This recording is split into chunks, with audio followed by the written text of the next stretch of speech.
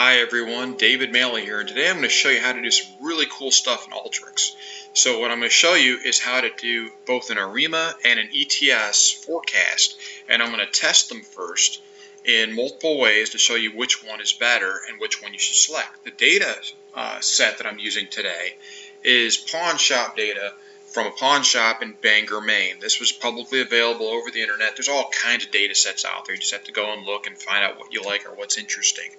And some data sets you have to understand are more accurate than others or are less volatile. This is a very volatile or high variability, high amounts of variance in this data set. So you'll see it later on. I'm not going to use a 95% confidence level because it would just be such a huge span, and I'll show you that. So when we look right here, this is the full workflow right here. You can see from Alteryx. And what I'm going to do is I'm going to drill down a little bit here to show you. So let's go and look into this. There we go. And let's drill down a little bit more here. Okay. So what I've got coming in here is I've got pawnshop data. That's this form or this data set right here, and I can show you an example of it. That's what's really neat in Alteryx is you can go and look at your data. You can preview it, and this tells me exactly it's by week, so it's it tells me week 1, week 2, week 3, week 4, all the way to week 20, I believe is last week in there of the data, and it'll tell me the sales, total sales, average sales per transaction, average temperature of the day, things like that. Again, this is in Bangor, Maine, so in week 1, which is January 3rd, something like that, you could have some pretty cold temperatures there in Maine. So I have that here. Then I have below it the actual temperatures for Bangor, Maine. I don't necessarily need to have it in this one, but I have this because another one I'm doing, and I'm going to show you later on, has linear regression, which actually uses these temperatures. So I left it the same way. So I didn't have to patch this into it because I already have the temperatures in this one. But if I didn't, this is how I would do it by day, and I would have to go, and I'll show you here. I get it to week. So this is by day. I take this and I use these formulas here, and this one gets the date time format. And this one goes and says, okay, if the date is between these dates, it's week 1. If it's between these days, it's week 2, so on and so forth. This right here just changes it so that the week is a double and the date one is a double. This is my join based on right week, which would be the week from this side, and the week from this side. So that's where I'm bringing in the week data. If I already have it like I do in this one, or if I don't need it, I'm not going to use it, then I could leave that out and just pass this straight on in.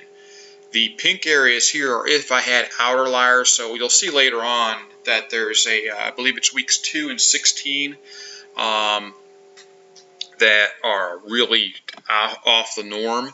If I wanted to, I could remove them here. I could also remove them later on too. It's easier to just create these little pink things and just add them in, boom, and boom, just add them in there, just connect them in, and that removes both week 16 and week 2 if I wanted to. Right now they're out, so that's why it shows an error. It's not connected. There's no error here. It's just that it's not connected.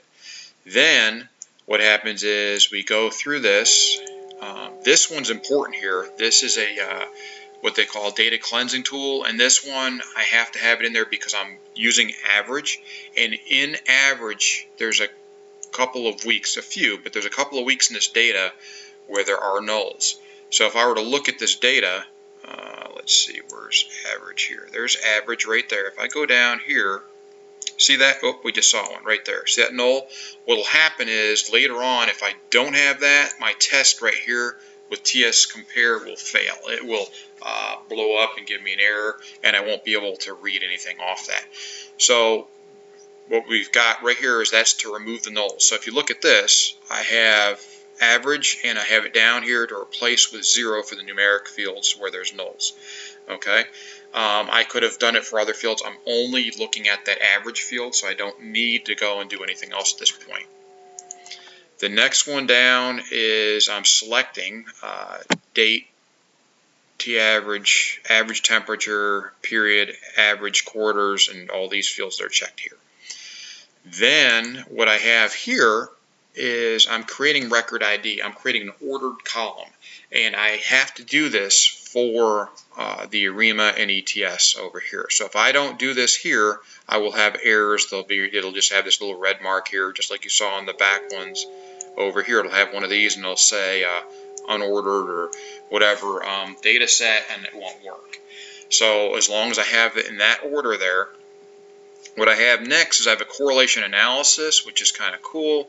So what this does is this will give me, on all the items checked here, it'll give me this, which is I can go in here on a Pearson correlation analysis, which is basically the industry standard, and I can go in here and see what the correlations are, which ones are 1, which are closest to a 1, which ones are greater than 0, which ones are less than 0, which ones are building, things like that. I can also go in here if I don't want to look at that, all those numbers, and this actually gives me the whole chart, and I can go in here and pick any date or any period or any spot that I want, and it'll show up in the next column. Over here, this blank column, which is kind of hard to see, but in this one it'll show me actually where the plots lie. So let's say I want to look at this one with 0.19. That's average and what is it, group. Okay, and it shows me how the data lies in there. Okay, now that's important for a lot of different forecasts or a lot of different prediction methods. In this case, I'm really not looking at that. What I want to do here instead is I want to look at this test I have right here. So what I've done is I have coming in, let's take a look at this. I have 852 records that come out right here. Right? I can click to the right of this. I could also put a little binocular thing, which is your browse. You can find that up here easily in the green in out section right there. But I don't need to do that because I can right click on this and I know what it is. In some cases you'll need that over here for the graphs and included pieces like that. So once we get here, over here, so I'm going this way, I want to filter out, I want to create a sample. So I've decided that I have 300 is the sample size that I want to stay around. I could use a smaller sample, or I could use a larger sample. Next, I have the ARIMA and the ETS in here. And with the ARIMA, I can go over here, and what I'm going to do is I'm going to connect based on the top, the O's. So what happens is, let's first go in here to build the ARIMA correctly. So I want to select average and weekly, and then down below I do the same thing with the ETS. I give it a name, I pick average, and I pick weekly because this is based on week. If it was based on month, I would pick monthly. If it was based on date, or quarterly, I could do that too. Then I can go here and actually see the data, and same thing with here. I can see it if I want to see it. Okay, and what I'm going to do is I'm going to take the O. The O is the area where, if I can bring this up here, let's bring this up, and you can see here this is the actual data being brought out of that, and I'm going to do it through a union. That's the union tool right here. I just connect the O here and the O here, and I'm going to bring, that's the sample, so I'm going to bring that down for both of these, and I'm going to bring the false, which is the other than under 300, which is the rest of the 852 or whatever records, into here in this manner. And this is a TS compare. So you'll look in here. This is where I would get my error if I did not remove the nulls with this data cleansing thing here. Now in here, I have it set up just standard. I haven't changed anything here. And what I've got is I've got 3 different browses coming out of here, and I can see either here or I can go here and see the same thing. This just gives me a little more data behind it. And what this will do is it'll show me, the actual points, data points, both ETS and ARIMA against each other. And I can see, if they're close, if they're far, which is a better representation for this data. Now, as I said, this pawnshop data is very volatile. It has a lot of variance in it. So a pawnshop may not necessarily be the best thing for predicting or forecasting. and that's because it's a smaller subset of data, and their customers, they could have some customers someday, they could have none the next, they could have someone doing a return or paying off a loan the next, who knows. Again, they have smaller data, so it's kind of harder to represent. You can see the area right in here that we're using. It fits inside the data, but again, there's a lot of outliers. And as I told you earlier on, there's a big one at the end and a large one at the beginning, week 2 and week 16, I believe, or 15, something like that. So then I can go to this one here, and this shows me the same representation of data and shows you where the samples are being taken from. Again, the ETS is a straight line. This area over here is your ARIMA. And the ARIMA looks at patterns, also structures, and it also looks at things like calculations and forward-looking calculations and formulas to try and figure out, kind of like financial formulas do for financial investing. So from that I can determine which is better and which one I don't want to use. So if I look down here, these are your main calculations when you look at your ME, your MAE, your MPE, and your MASE. And so out of these I can see that the ARIMA is actually higher in some and lower in some, so I could use either one here. Probably your ETS is going to be your better calculation. I can use either one of them. The ETS, remember, uses a straight line. So if I go down here, I have both the ARIMA model built and the ETS model built. So I come straight off of here, same as I did for the test, straight off of the record ID, and I come straight in and I put one of these ARIMAs. And if all I have to do is go up here, let me get to this little arrow here, and we have time series, and you have ARIMA and ETS. You can see the ARIMA, and then it's followed by a TS forecast. And if I go down here, same thing, it's followed by a TS forecast. Then I can go in here, and I set the same things I did above: average, weekly. If I wanted to customize anything, and here are 6 periods. You can change that if you wanted to 24, 12, 10, whatever you want to do. In this case, I'm just using 6. Same thing here. Average, weekly, model type, other options, 6, same thing. Okay.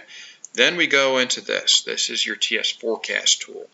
And you'll see here I used a much lower confidence than I normally do, and that's because this is highly volatile data.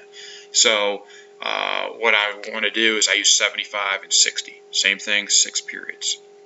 Okay. And this would just be if you want to change your width and stuff like that. I'm not touching that. So then down here, same thing, 75 and 60. Just change the name to ETS forecast, and this one's just forecast. So then what I've got is I can look at the forecast if I want, see the data points, see how it comes out. Okay, and here it shows the forecast, and I can actually look in here again, same thing, and see what the actual fit is of it and everything of the ARIMA. Okay, same thing down here. We go here. We can actually look at our forecast numbers if we want. We can go, if I had these set up here, I could look at that data better, a little bit better, and I can see the build of the ETS down here and how it works. And I can go out here, and below you'll see our data, which I can bring it up to show it better. Let's see here. So this is our data, and you'll see a lot of nulls, but that's because there's no forecast for the average, the actuals. Okay, so the actuals are over here to the right. That's the original data. Okay, and then the this is the forecast. Now keep in mind the forecast is going to forecast on one point versus my actuals. I had it broken up into groups of 6. So you'll see a difference here between this and these. But you'll see that I calculate that in right here with this average divided by 6 as it comes out, and there's a reason for that. So this is not going to it's not going to give me the forecast based on each grouping of the data. I've got it grouped 0 through 5. I believe no, 0 through 5, so it's 6 different groups. I don't need to, and that's in the original data. That's the way it was created, or the way it was provided. But I don't need to have that in the end. So when I run this, I can take either one of these data outputs. So I can just click here. Here's the data output. I would just right-click on this, copy all records with headers, And then what I'm going to do is go into, I already have a forecast output pivot table built up. So what I can do is right here, this is just the actual data, the way it comes out. I can post it, paste it. This is the actual data the way it's posted in, or pasted in. Now, the difference here is I've added one line. So when you do this, you want to add this one line right here, which takes, because I'm using it based on average, I want to take and summarize these 6 because I have it grouped into 6 groups, 0 through 5, all the way through this. Now, I didn't carry the groups into here, but it doesn't matter. They're still here. You can see them. That's why there's 6 different listings for each. So what I want to do down here is I have to put a sum of the 6 in here. And I want this line to be 20 equal to that one, but for the 6. And the reason being is you have to put this extra line in. If you don't, what will happen is your average or your actuals will have a line and they won't meet up with your forecast lines. There'll be a big space and it'll look really weird. So now what I do is I would carry this in here by creating a pivot table. If you don't know how to create a pivot table, it's very simple. This is Excel. All you would do is click on a row like this, hit insert, and your pivot table. I've already created the pivot table here. I'll show you what's in it. And all I have in it is quarters is down here, week is down here, values is over here in columns, and the values are all summed for average, forecast, and all those items here. Once you paste that in, if you've already created this is what's neat. You can go and rerun this in Alteryx. You can change, if you include a different date, time period, different data set, and with the same fields and stuff, all you would have to do is come here and hit refresh. And then what you can do is you click on insert pivot chart from here, and what'll pop, you can pick a line graph, bar graph, whatever you want. You come across here, this is what you'll see based on that data. So see where this all comes and meets at this point right here. If I didn't put that extra line, and I just told you about with that extra line of 20 and setting those different groups in there, if I didn't do that, it would start here at these points and it would never meet here. So this is our actuals, this is the forecast, and the actual sum of the average is this. You can change these names if you want. And the forecast starts with this. This is the actual forecast line, and these are the upper and lower bounds. So as I showed you, it's a very volatile data set. So, and I showed you there was outliers I was telling you about. Look, you can see them right here, week 2, and I don't know if it's week 15 or week 16. Right in here, there's one.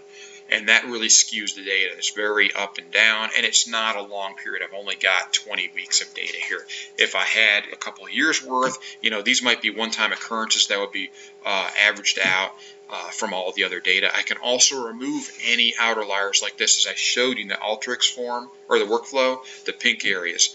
So once you have this in here, you can see how it flows, and then here's your actual forecast. Obviously, if I want to make these lower, I could have a 50% confidence level, and it would be much smaller. It'd be smaller than the 60. It would be in here smaller, and it might, it depends. But regardless, going forward, you can have a 75% confidence that your numbers are going to be within the green and the gray, and a 60% confidence that they will be within the blue and the yellow. That's how that works.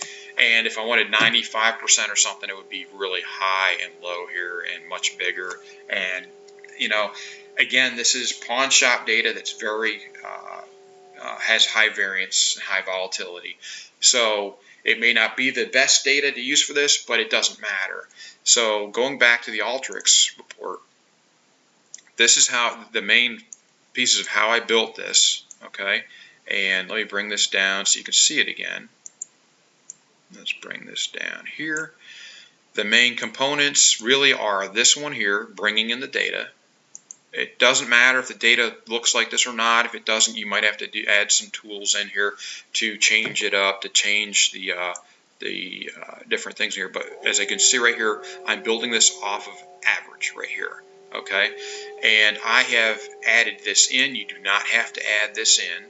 That's because I'm going to do some stuff later on, some other videos where we show you linear regression, stepwise regression, and trees and random trees and stuff like that. But regardless, you go through this, you have to cleanse your data if you have nulls. If you end up with some weird errors in here, look for nulls. It happens quite often. It doesn't have to be, all it takes is one null in there on the field that you're trying to derive the forecast on, and you'll have some issues. You won't be able to get past it. This is my test. You don't have to do the correlation really here. I already know what I'm looking for, what I want, so this is, but it's there in case you want to build one. This shows you how to do it, and I walked you through that. Here is exactly how to do the test of it. Again, you got the ARIMA, the ETS. Make sure that you select the field that you want, the time period that your target frequency that you're looking for. Again, this has to be time series data. Obviously, if there's no time series to it, this isn't going to work. Make sure you have time series data. It doesn't matter if it's dates, like daily dates, weekly dates. This is done weekly. You can transpose them if you want. I showed you here how to do that. To take daily data, which is what this comes in at. I'm not really using it here, but this is daily data, and I take that and I have to spin that around because this formula works on it in a different format. But this is the if, then, else, if, blah, blah, blah, blah, blah statement. And this will take it and put it, you know, the data into weeks, week 1, week 2, week 3, week 4. So I do that. This is the TS compare, which I showed you how to use that. And you can then figure out exactly, okay, does that work for me? Does it not work for me? By looking at this. Obviously, in this case, they're so darn close you can pick either one. And the reason being is highly variant or highly volatile, this data set. Most data sets that I've used, like the bike share data set, the Titanic data set, those aren't as volatile. Or if you have a large data set, it shouldn't be as volatile as this, so, or have as much variance. So in that case, the ARIMA will shine. You'll see it'll be the much better choice by a long shot. I wanted to show you them both, so you have them both here built up. This is how you build them, the same way. In this case, when you look at this data, it is built out by groups. So let's look at it again. See this group? It has every week with 5 or 6 different groups in it. The thing is I'm not building up 6 different things. It would be a mess just to do that on the graph in the end. I'm just doing one overall, so I'm putting these all back together into one group per week, and that's where you see the average here that I'm doing. And when I bring it to once I run it through, so you got the compare, you've got the TS forecast now, you've got the ARIMA in this case, and the TS or forecast, this guy right here goes here. Whereas above, okay, we were just comparing these two, a sample of it to the original data set, the rest of it. And you can change the amount of your sample very easily, as I said, right here with this, okay, where you changed with the filter to filter out and put the sample here and the rest here. Again, once you've structured it correctly, comes out. I'm just adding week to this data in this one because it's not in there. And then I just hit browse here. Here's my data. Right click, copy all the records and headers. Then I go out to a new Excel sheet. Here it is. Let's go to the data new page. Don't worry about these two. They're not being used. So these two I've got. This is the data. I paste it in here. Okay. I add one line to continue on with the week 20. And in this case, because I have 6 groups, 6 different groups, I need to go and take a sum of all 6 and put that here. If I did not have 6 groups and I had one line for each, I would just be taking this average data right here and I'd be putting that right there and then copying across these 5. That way I have a starting point where the actuals ends and the new forecasted period goes into that flows very nicely here. Otherwise, it would just go from this dot to each of these dots without the line in between here, which would look kind of ugly. So it goes straight into it, and there's my forecast. Again, I can change these percentages. I can go back into the Alteryx thing and decide, you know, oh, I don't want the, let's see, I could change it from weekly to whatever here. I can change the period numbers, and I can go in here and change the percentage. I could change this to 90. I could change this to 40. You know, obviously this is not a very accurate data set to use. It's too variant. But it still gives you an idea. So when you're done, you know, you can look at this and say, oh, hey, so on week 21, I'm probably going to be somewhere between the yellow and the blue, but you know, I could be here, I could be here. Same thing going forward, and you see the volatility here, up and down and stuff. That would smooth out with more data going back, and also if I had more data or a larger data set. Well, thanks for watching. I hope this was very helpful to you. Alteryx is a great program to do forecasting with, quick forecasting. It can be kind of confusing at first when you're looking at these all these different tools and how to put them in, especially with the ARIMA and the ETS and comparing them and being able to pull it out. And Alteryx doesn't always do a great job of explaining all the nuances of these and little pieces. But this shows you exactly how I did it, the flow pattern of this workflow, and it works beautifully. Again, you can use different data, so I could go in here and stick a different data set of whatever I want and just make sure it matches, it comes out in the end to match this data set if I want it weekly. If I don't want it weekly, I want it monthly, I could bring a monthly data set in, change these things to be monthly run, and it will run fine. Again, and that's how you do it, and I just prefer to take the output, stick it straight in Excel. It's basically the purpose of a model here is to make it so I can reuse it on data and do it quick and easy and fast. So thanks again for watching. I hope you found this helpful and entertaining. Please subscribe and have a great day.